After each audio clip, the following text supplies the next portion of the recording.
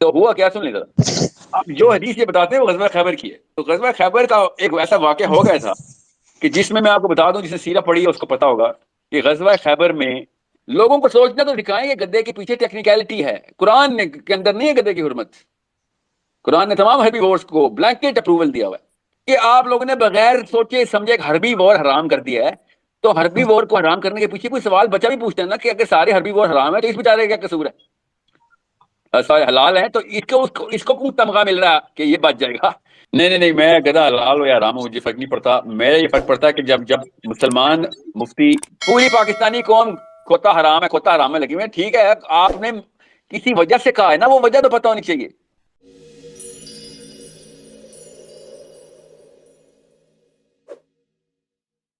السلام علیکم. ساحل، آپ نے ریسنٹلی ویڈیو میں ایک اوپینین دیا تھا اپنی ایموشنل انٹیلیجنس کلاس میں نا، گدے کے گوشت پہ. تو پتہ نہیں میں نے اس کو صحیح سے سمجھا کہ نہیں سمجھا، بٹ آپ یہ کہنا چاہ رہے تھے کہ وہ پرمیسیبل ہے اور احناف نے اس کو مکروہ کیا ہوا ہے.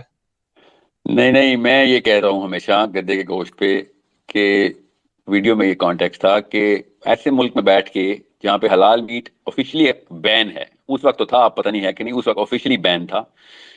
اور مجھے پتا ہے اس وقت میں لیبین مسجد میں جمعہ پڑھا تھا اور میں نے سوال ہی پوچھا کہ ایکچولی انہوں نے مجھ سے پوچھا، انہوں نے کہا موروکو سے. میں نے کہا میں پاکستان سے ہوں. تو انہوں نے کہا اچھا آپ یہ بتائیں، یہ آپ کے ایک چھوٹا کر کے بتاتا ہوں، آپ کے ایک عالم آئے تھے، انہوں نے ہماری کمپنی کا وزٹ کیا ہے، اور ان کی ایک کمپنی ہے، ٹرکش کمپنی ہے، جو کہ مرغیوں کا گوشت سپلائی کرتے ہیں، ایون سعودی عرب کو بھی سپلائی کرتی ہے وہ.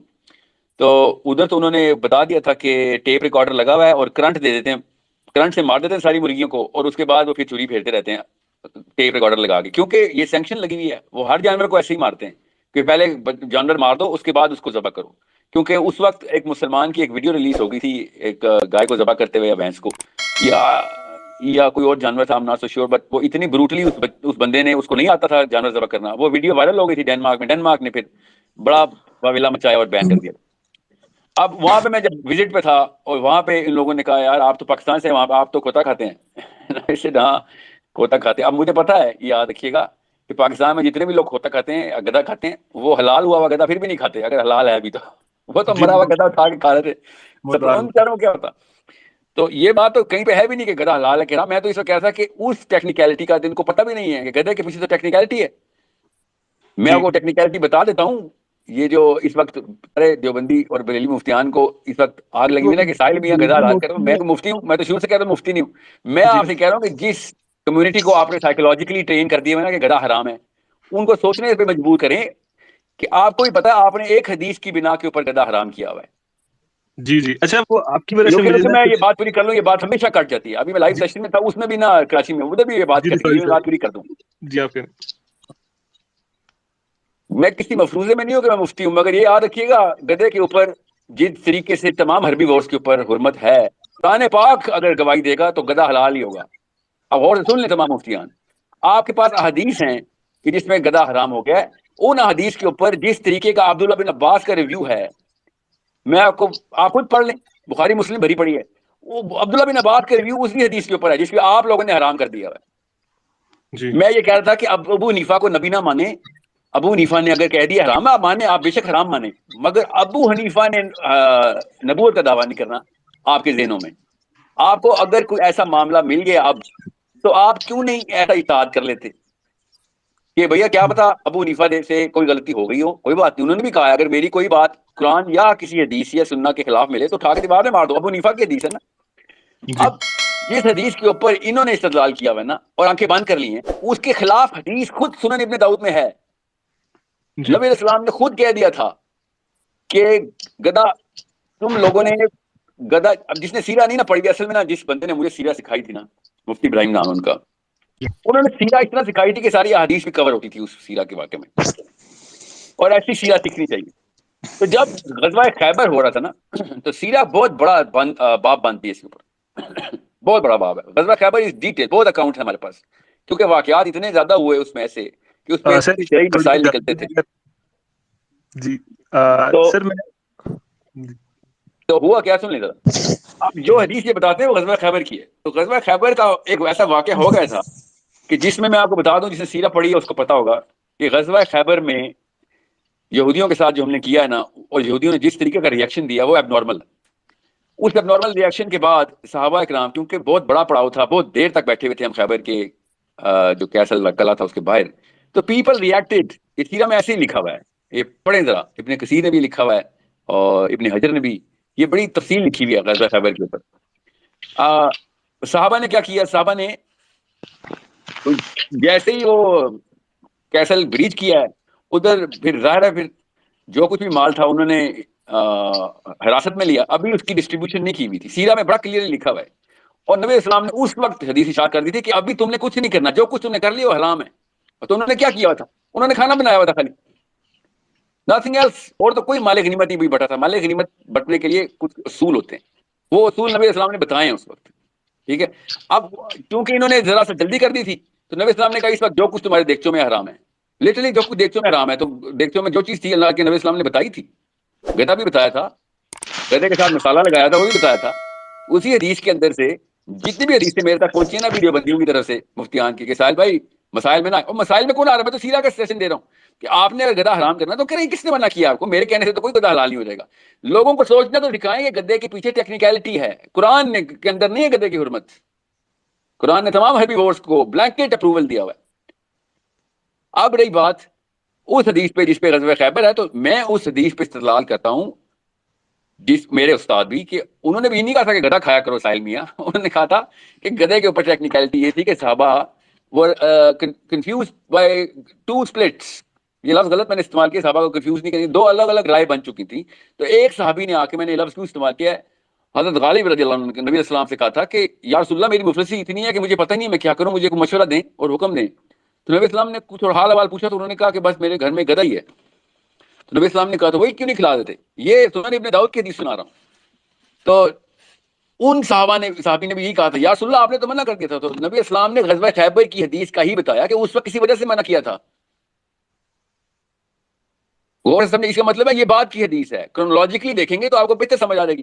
اب مگر کیا میں گدھا حلال کرنا چاہ رہا ہوں؟ جی نہیں، میں گدھا حلال نہیں کرنا چاہ رہا، نہیں مجھے کوئی شوق ہے گدھا کھانے کا. مگر اللہ تعالیٰ نے کہہ دیا ہے قرآن پاک میں کہ وہ چیز حرام نہ کر دو جس کو اللہ نے حلال کیا ہے. سورہ تحریم کی آیت یاد رکھیے گا.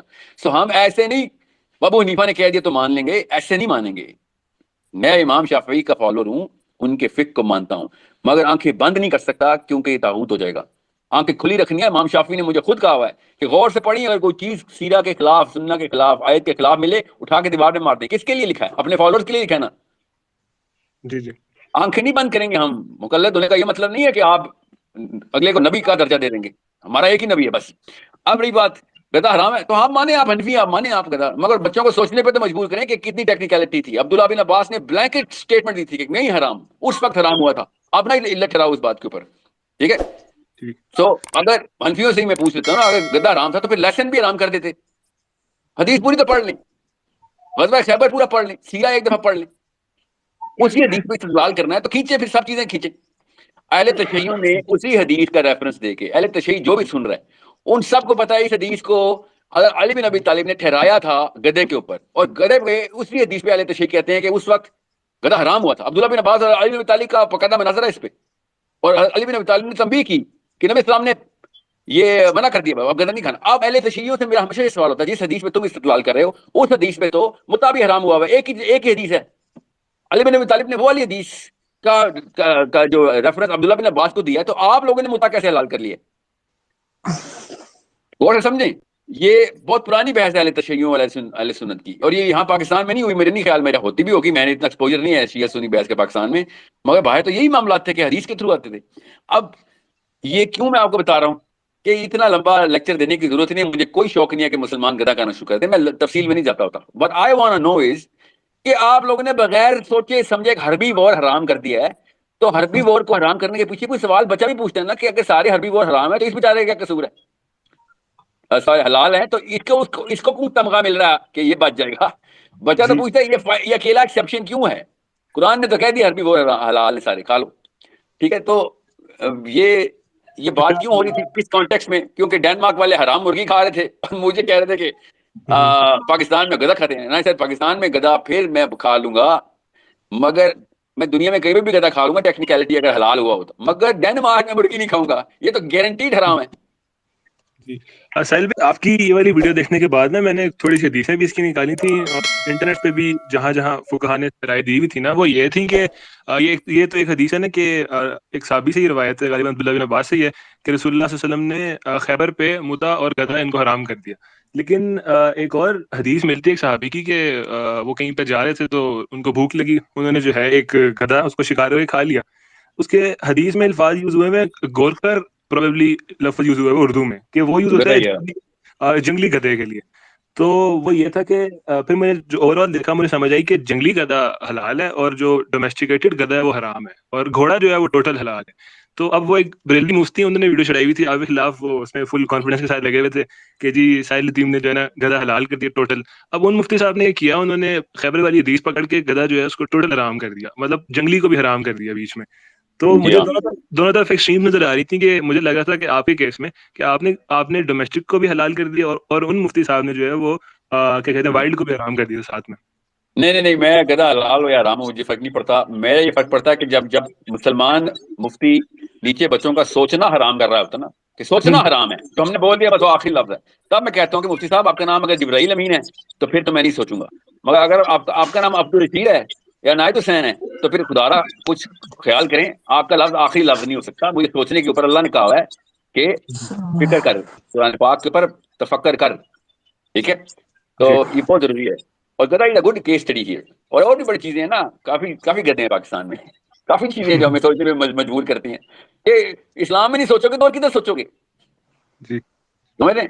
سو it's a good question to ask, but what I want to know is کہ اس حدیث کا کیا کیا ہے مفتیان نے, کہ اس حدیث میں ایک صحابی کو نبی اسلام نے کھلی اجازت دی, حالانکہ انہوں نے اسی حدیث کا, خیبر کی حدیث کا ہی ریفرنس دے کے کہا ہے. تو اس حدیث کا میں کیا کروں جو صحیح سند کے ساتھ ہے, تو سر ہم اس ٹھیک کو ہے. مطلب اس طرح کنکلوڈ کر سکتے ہیں کہ پھر جو وائلڈ ڈنکی ہے وہ حلال ہے اور جو ڈومیسٹیکیٹڈ ہے وہ حرام ہے. مطلب وہ آپ کی والی بحث تو ٹھیک ہے, لیکن اب ایک سر عام میں بندے کے تو لیے مسئلہ ہے نا کہ حرام حلال والا لفظ میرے سے نہیں آپ سنیں گے. میں یہ نہیں کہہ رہا ہوں کہ ساحل ندیم کہہ رہا کہ نہیں گدا تو حلال ہے. میں نے تو یہ جملہ ایسے کنکلوڈ, میں امپیریٹو اسٹیٹمنٹ حرام حلال کی دوں گا ہی نہیں نا. اس کے جی خلاف حدیث ہے کہ ہر بندہ اٹھ کے فتوی لگائے گا, فتویٰ ہے یہ کہ حرام ہے. میں یہ کہہ رہا ہوں اگر وہ حلال ہے یا حرام ہے, اس کے پیچھے کچھ سوچ کا مواد ہے, پورا لٹریچر پڑا ہوا ہے, وہ دونوں چیزیں تو بتائیں, بچوں کو سوچنے پہ تو مجبور کریں, جی ٹھیک ہے. پوری پاکستانی قوم کھوتا حرام ہے کھوتا حرام میں لگی ہوئی ہے, ٹھیک ہے. آپ نے کسی وجہ سے کہا ہے نا, وہ وجہ تو پتہ ہونی چاہیے. کسی بھی پاکستانی کو نہیں پتا کہ خیبر کی حدیث کے ٹیکنیکلٹی کیا ہے. وہ پھر کھائیں نا, پھر یہ تھوم لیسن کیوں کھاتے ہیں, تھوکیں باہر, وہ بھی تو اسی حدیث میں لکھا ہوا ہے, وہ کیوں حلال ہے. نبی اسلام نے کہا جو تمہارے برتن میں ہے اس وقت سب حرام ہے اس وقت, کہ تم نے کیا کیا ہے, تمہیں پتہ نہیں. اللہ نے اصول بتائے میں قرآن میں کہ مال غنیمت کے ساتھ کیا کرنا ہے, کیونکہ یہودیوں کے گڑے تھے نا, اٹھا کے کھانا شروع کر دیے تھے. تو بہرحال گدا حرام رکھیں, کوئی بات نہیں, گدے بچ جائیں گے, گدوں کا فائدہ ہو جائے گا. مگر سوچنا حرام نہ کریں, کیونکہ اس سے بہت بڑے بڑے گدے بچ جائیں گے, بہت بڑے بڑے گدوں کا فائدہ ہو جائے گا. اگر سوچنا بند کر دیا ہم نے تو سر, ان گدوں کو لیکن نہیں اب چھوڑنا, سر کوئی ان کو. کنکلوژن تو دینا, مطلب اب میں کیا کروں, میں مطلب سٹارٹ کروں انشاءاللہ گدے وغیرہ کا کچھ, یا میرے سے کیوں فتوا لے رہے, میں مفتی نہیں ہوں سر. آپ نے فتوا لے کے کچھ کھانا ہے تو واقعی سوچنے والے, سوچ پاکستان کی بچار زیادہ کرنے والے مفتی سے لیں. میں آپ زیادہ سے تر کہہ رہا ہوں مفتی حنفی ہے, کہ وہ تو مکروہ کر کے حرام بیٹھے حلال ہوئے جو ہے نا, اس کے پیچھے جو استدلال ہے اس کے اوپر غور کرنا سیکھے, اسپیشلی پاکستانی یوتھ, کہ کہاں سے یہ لائر سینس ہوتی ہے, لائرشپ ہوتی ہے. ہم ہر مسلمان اسلام کا وکیل ہے. اگر وکیل کو یہ نہیں پتا پریسیڈنس کیسے سیٹ ہوئی ہوئی ہے, پریسیڈنس سے کیسے, پریسیڈنس کو کہاں کہاں پہ استعمال کرنا ہے, استدلال کیسے, استنباط کیا ہوتا ہے, فرق کیا ہے دونوں میں, اصول کہاں سے آئیں گے, ٹھیک ہے. تو آپ دیکھیں نا صحیح. سو وہ میرا پاک کا شعر ہے نا, خباستوں کے گلے پہ کہاں کی تکبیریں, خباستوں کے گلے پہ کہاں کی تکبیریں, جو شے حرام ہے اس کو حلال کیا کرنا. یہ یہاں پہ یہ مسئلہ ہے کہ یہ اصلی خباست سوچ کی خباست ہے پاکستان میں, اس کو ہم نے حلال کیا ہوا ہے, اور باقی سارے کی ساری چیزیں حرام کر دی.